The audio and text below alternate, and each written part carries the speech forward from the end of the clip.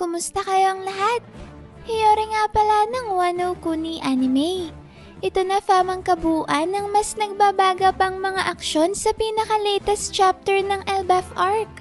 Sana pala'y ilike niyong videong to at sana'y wag niyong skip kahit yung maikling ads lang dahil sobrang laking tulong na nito sa akin at sa ating channel.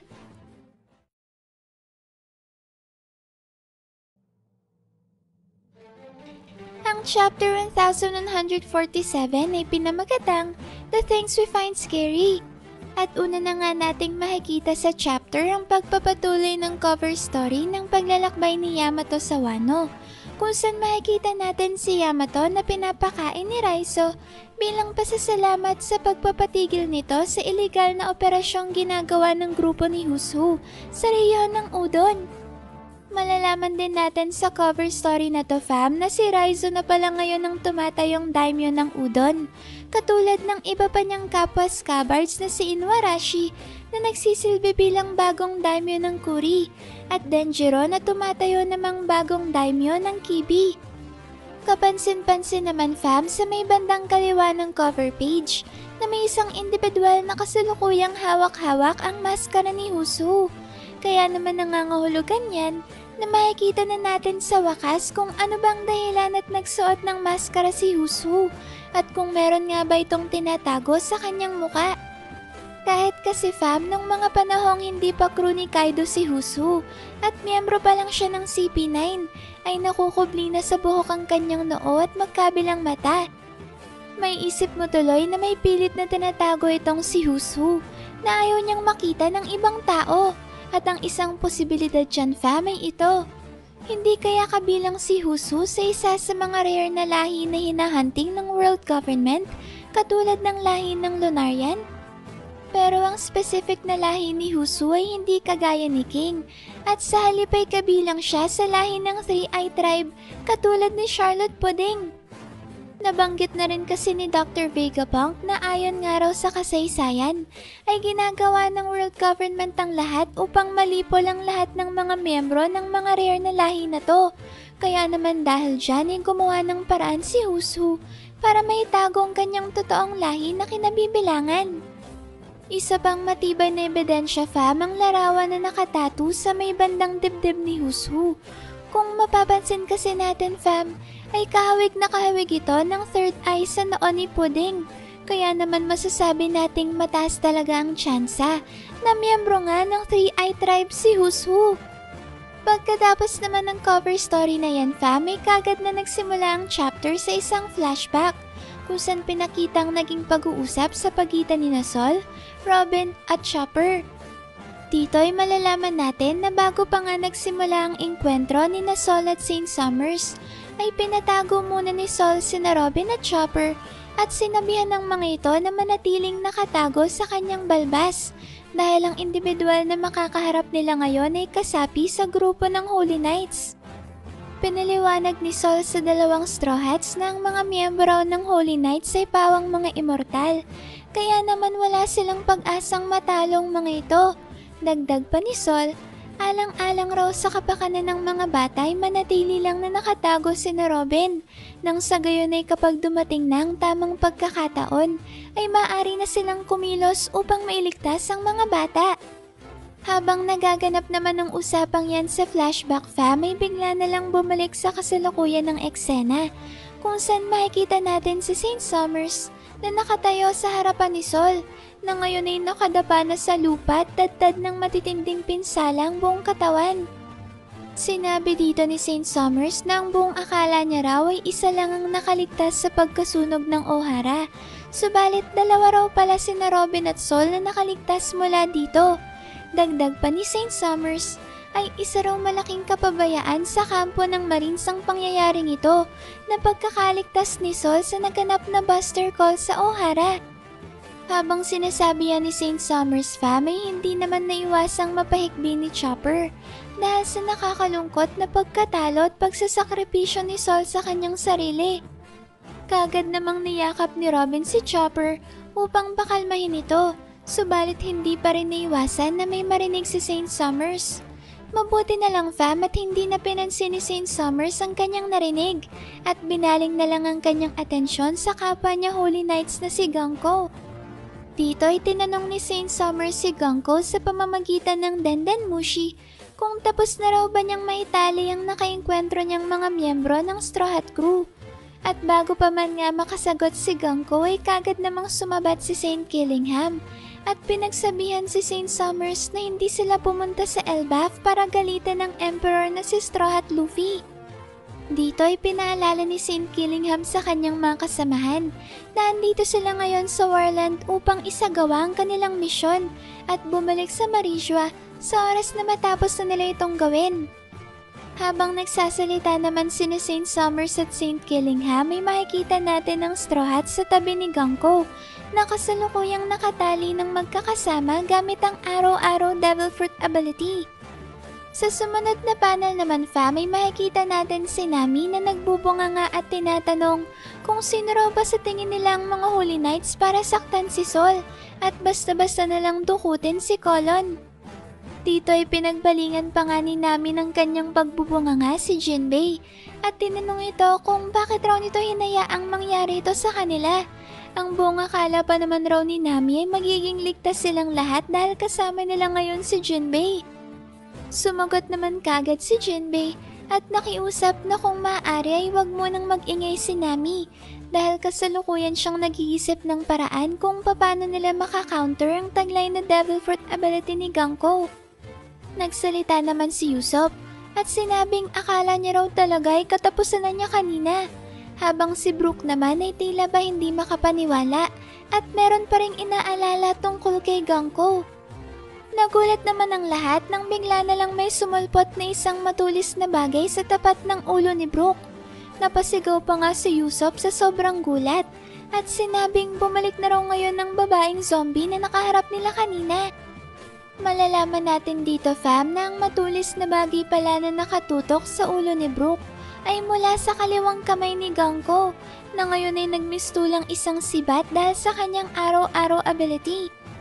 Sa sumunod na panel ay sandaling inalis ni Ganko ang pagkakatutok ng kanyang malasibat na braso kay Brook.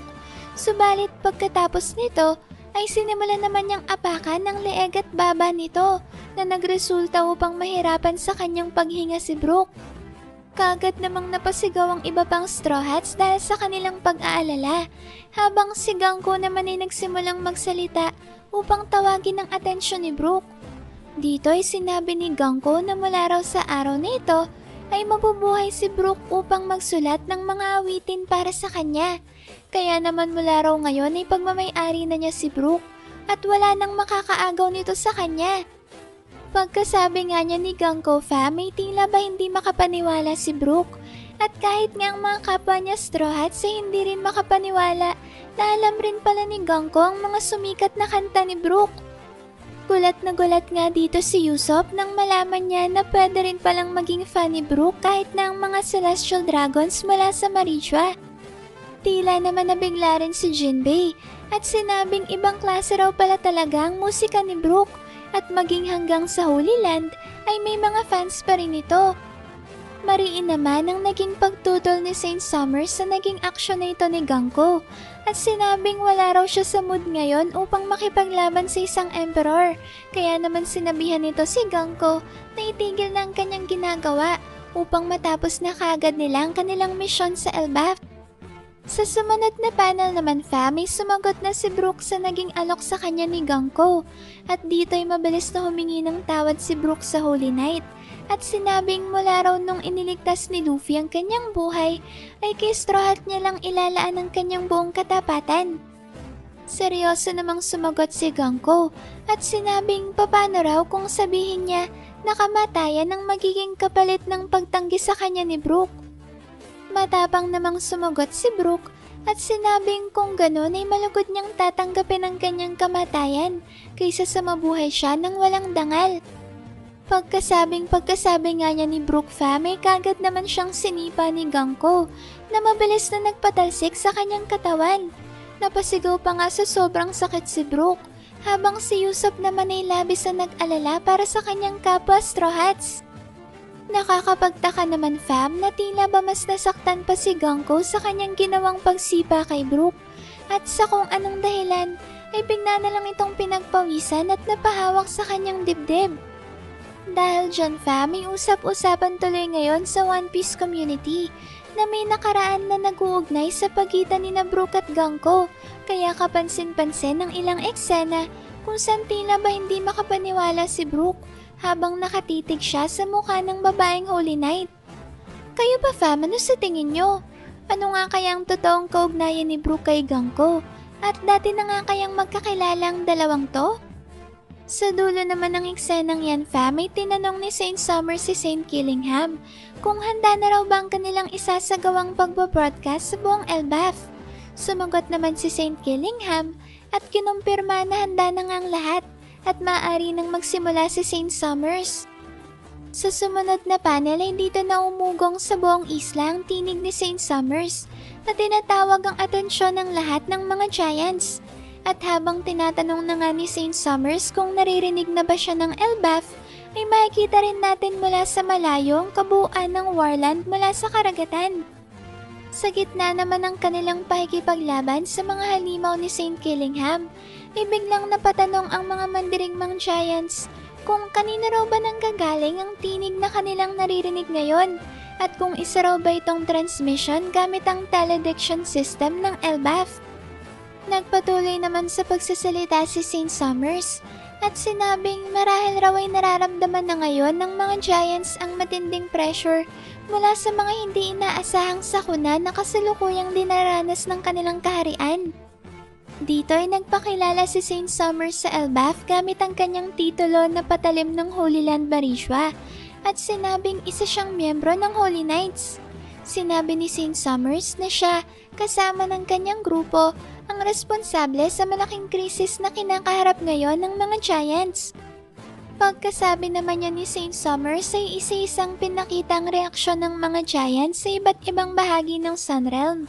Una yung Artisan Village sa may Southeast Region, kung saan napagtanto ng mga Giants na kampo pala ng World Government ang umaatake ngayon sa Elbaf dahil binanggit ni Saint Summers na nagmula siya sa Marijua. Napatanong pa nga ang isa sa mga Giant kung ano naman raw kaya ang gusto ng World Government at bakit ginagawa nila ito sa Elbaf. Sunod namang pinakita ang Giant Warrior Pirates, kung saan kasalukuyang pinapaalam ng crew sa kanilang dalawang kapitan na ang tinig na ito ni Saint Summers ay binobroadcast sa buong Warland. Hindi naman makapaniwala si Brogy na nilahad ni Saint Summers ang totoo nilang katauhan ng ganun-ganun lang. At sa dulo naman ng panel ay makikita na rin natin ang reaksyon ng mga Giants sa Hunter's Village sa may northwest ng Sunrealm, kung saan inaalala ng mga ito kung maayos lang ba ang kalagayan ng mga bata.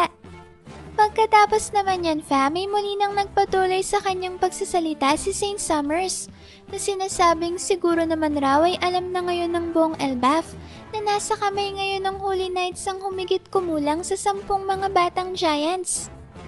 Nabanggit rin dito ni Saint Summers ang tungkol sa isang Giant na may kulay kahel na balbas na ginawa ang lahat ng kanyang makakaya upang mapalaya ang mga bata. Subalit sa kabilang araw nito ay nagawa na nila itong mapabagsak at ngayon ay wala na rin itong malay na nakahandusay sa lupa. Sa madaling salita fam, ay kahit na sino pa raw ang magtangkang sumaklolo sa mga bata ay wala talagang magagawa dahil nasa kamay na ng Holy Knights ang mga ito. Pagkasabi naman niya ni Saint Summers ay kagad na nabahala ang ilang Giants katulad ni na Elder Jarul at ang guro na si Ange dahil iniisip nila na baka masama na ngayon ang lagay ni Sol. Sa sumunod na panel naman fam, ay lumipat ng tagpo sa Walrus School kung saan kasalukuyang nakaistasyon at naghihintay si Saint Killingham. Sinabi dito ni Saint Killingham na nasa exciting na parte na raw sila ng kanilang misyon. Subalit laking panghihinayang raw talaga niya dahil walang video feed ang sinasagawa nilang broadcast. Pagkasabi nito ni Saint Killingham ay tinanong naman niya si Ange kung naalala raw ba nito ang lahat ng pangalan ng mga bata na kinidnap nila mula sa eskwelahan. Sumagot naman si Ange at sinabing natatandaan niya raw ang pangalan ng mga bata. Muli namang sumagot si Saint Killingham at sinabing kung ganun raw ay inaatasan niya si Ange na ipaalam sa mga Giants kung sino-sino ang mga bata na kanilang nakidnap. Dagdag pa nga ni Saint Killingham ay ito na raw pala ang oras para magising ang mga bata mula sa kanilang pagkakahimbing. Sa sumunod na panel naman may makikita natin na sabay-sabay nang nagising ang mga batang Giants. Dito'y gulat na napatanong ang isang bata kung ano raw bang ginagawa ng kanyang mga kasama at bakit gumagalaw ng kusa ang kanilang mga katawan. Sumagot naman ang isa at tinanong kung saan raw kaya sila pupunta. Sumagot naman ang isa pa at sinabing hindi niya raw alam kung saan ang kanilang destinasyon, subalit siguradong malayong lugar na kanilang pupuntahan. Kaagad naman itong pinabulaanan ng isa pa nilang kasama at sinabing kasalukuyan raw silang naglalakad ngayon sa Branch 18 na siyang ruta na kanilang dinadaanan pa uwi sa kani-kanyang mga bahay. Sumang-ayon naman dito ang isa pang bata at sinabing tama nga raw ang kanyang sinabi. Ang problema lang ay kusa pa rin daw gumagalaw ang kanilang mga katawan. Sumagot naman ang isa at sinabing ang ibig sabihin raw ba nito ay hindi pa sila makakauwi sa kanilang mga bahay. Dahil dyan may biglang nag-iyakan ng mga batang Giants at sabay-sabay na hinanap ang kanilang mga magulang. Naiinis namang sumagot si Colon at sinabihan ng kanyang mga kapwa-bata na hindi pa nila maaaring makita ang kanilang mga magulang dahil kinidnap sila ng mga individual na umaatake ngayon sa Elbaf. Napasigaw naman sa sobrang pagkagulat ang ibang mga bata dahil wala silang kamalay-malay na kasalukuyan na pala silang kinikidnap. Kagad namang pinakalma ni Colon ang kanyang mga kasama at sinabing wala raw silang dapat ipag-alala dahil isa siyang mandirigma at hindi raw siya katulad nila na mga mahihinang bata. Habang naglalakad naman ang mga bata ay bigla na lang lumitaw ang mga dambuhalang halimaw ni Saint Killingham. Kaya naman dahil dyan ay kagad na natakot ang mga bata at nagkumahog na humingi ng saklolo kay Colon. Sa kabila naman ng pagiging kumpiyansa kanina ni Colon ay hindi pa rin niya maiwasang masindak at mataranta pagkatapos niyang makita ang mga higanteng halimaw. Sa sumunod na panel naman may bumalik na ang eksena sa Great Eric na barko ng Giant Warrior Pirates. At mula nga sa katatapos lang na anunsyo ni Saint Summers ay nalaman ng dalawang Giant Captains na napabagsak na ng Holy Knight si Sol.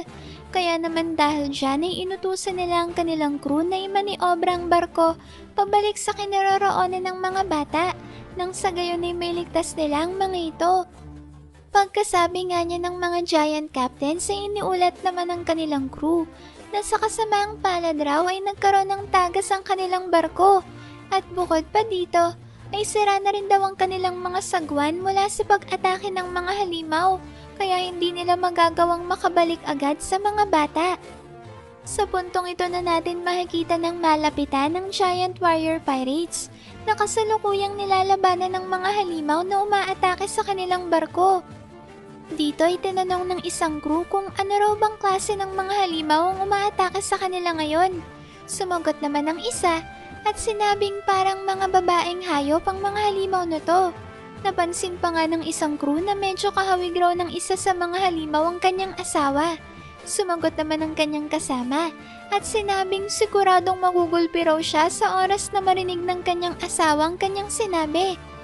Sa sumunod na panel ay mas nagtaka pa nga ang isa sa mga crew nang mapansin niya na kamukha raw ng kanyang asawa ang isa sa mga halimaw. Napatanong naman ng isa at sinabing hindi raw ba ang mga halimaw na ito ay mula sa mga pinakakinatatakutang bagay ng mga bata. Kaya naman dahil dyan ay tinanong ni Dory ang isa sa mga crew kung si Ben raw ba ang anak nito. Kaagad naman itong kinumpirma ng crew. Kaya napaisip si Dory habang sinasabi na kung ang pinakakinatatakutan raw ni Ben ay ang kanyang ina. Mga ngulugan ito ng mga babaeng halimaw na umatake ngayon sa kanilang barko ay ang kani-kanya mismong mga asawa. Ang nakakatawang realization na to ay nagresulta upang magsitakbuhan ng Giant Warrior Pirates crew papalayo sa mga halimaw. At kasama na rin nga sa mga tumakbo ang kanilang mga kapitan na sina Dory at Brogy. Sinabi ng mga ito na hindi lang raw ang kanilang mga anak, kundi kahit sila mismo ay wala ring magagawa dahil sa sobrang pagkatakot sa kani-kanilang mga asawa. Makikita naman natin sa sumunod na panel na kahit nasa labas ng kanilang barko ay maririnig natin ang crew na isa-isang humihingi ng tawad sa kanilang mga asawa. Ang isa nga sa mga ito ay humihingi ng tawad dahil sa palagi niyang pag-alis ng bahay upang makapaglasing. Ang isa naman ay humihingi ng paumanhin dahil nakalimutan niyang itapon ang kanilang basura. At ang huli naman ay nakikiusap na patawarin siya dahil sa pagkain niya ng honey cake na dapat sana ipaninda ng ititinda sa kanilang mga customer. Bigla namang napansin ng isa sa mga crew na dahil nga sa matinding pinsala na dinulot ng mga halimaw na bersyon ng kanilang mga asawa sa Great Eric, ay nahuhulog na ngayon ang kanilang barko pabagsak sa lupa. Sa sumunod na panel ay makikita naman natin si Saint Summers na kasalukuyang pinagmamasdan mula sa malayong pagbagsak ng barko ng Giant Warrior Pirates. Mapapansin natin dito fam na may kakayahan rin pala si Saint Summers na gumawa ng halimaw gamit ang kanyang Thorn Fruit ability at ngayon nakasakay siya sa isang malaking ahas na gawa sa tinik. Sa pagkakataong ito ay muli namang nagsagawa ng malawakang broadcast si Saint Summers kaya maririnig na ulit ang kanyang tinig sa buong Elbaf. Sinabi dito ni Saint Summers na mukhang ang malalakas na halimaw ni Saint Killingham ang siyang nakapagpabagsak sa barko ng mga mandirigmang giants. At dahil dyan ay mas lumiliit na raw ngayon ang tsansa na meron pang makapagligtas sa mga bata. Habang naririnig pa rin siya sa buong Warland ay bigla namang tinawag ni Saint Summers ang atensyon ni Elder Jarul na tinawag niya dito ang Legendary Warrior. Sinabi ni Saint Summers na ngayon raw na wala na si King Harald ay si Chief Jarul na ang siyang magiging bosses o representative ng buong Elbaf. Makikita naman natin sa Elder Jarul na tila ba hindi makapaniwala na pareho nang natalo sina Dory at Broggy. Sa sumunod na panel naman may masasaksihan na natin ang tuluyang pagbagsak ng barko ng Giant Warrior Pirates malapit sa kinaroroonan ng grupo ni na Frankie at Ripley. Dito ay gulat na gulat si Ripley na makitang bumulusok pabagsak sa lupa ang Great Eric. At dahil dyan ay kagad na nagmadali si Ripley na magtungo sa barko upang tiyakin kung ligtas ba ang dalawang giant captains, pati na rin ang crew nito. Habang nagaganap yan ay nagpatuloy naman sa kanyang pagbobroadcast si Saint Summers na sinasabing simple lang naman raw ang kanilang pakay sa Elbaf. At ito ay walang iba kundi ang gawing mga aliping sundalo ng world government ang mga mandirigmang giants. Ang layuning ito raw ang dahilan kung bakit napagpasyahan nilang dukutin ng mga bata upang gamitin ng mga ito bilang kanilang mga hostage, nang sa gayon ay madali nilang mapasunod ang buong Elbaf. Habang nagsasalita naman si Saint Summers ay pinakita sa chapter ang mapa ng Sunrealm, kung saan malalaman natin ang kinaroroonan ng mga importanteng karakter sa arc na to. Kasama na rin sa mapang ito ang ruta na tinatahak ng mga nakidnap na bata, pati na rin ang destinasyon kung saan sila balak dalhin ng Holy Knights. Pagkatapos niyan may muli nang nagsalita si Saint Summers at sinabing malamang raw ay nais malaman ng Elbaf kung sino-sino ang mga bata na nagawang makidnap ng Holy Knights. At pagkasabi nga nito ni Saint Summers ay doon na isa-isang binanggit ang pangalan ng mga batang giants. Una na nga raw dito ay si Ilva at base nga sa eksenang to ay malalaman nating si Ilva pala ang great-great-granddaughter o apo sa talampakan na Elder Jarul. Makikita natin dito si Ilva na umahagulgol sa pag-iyak habang si Chief Jarul naman ay napasigaw sa labis na pag-alala dahil nalaman niyang kasama pala ang kanyang apo sa mga nakidnap na bata. Sunod na binanggit ang pangalan ng batang giant na si Skadi, na tila ba naiinis sa sitwasyon na kanilang kinalalagyan. Sunod dito ay si Olaf, na kasalukuyan namang umiiyak at kinukumbinsi ang kanyang sarili na isa lang raw bangungot ang masamang pangyayaring ito na kanilang nararanasan. Sunod dyan ay si Colleen, na bagot na sinasabing siya na raw sigurong pinakamalas sa lahat. Habang sinasabing mga pangalang yan may malalaman natin na mga apo rin pala ng mga miyembro ng Giant Warrior Pirates ang ilan sa mga nakidnap na bata.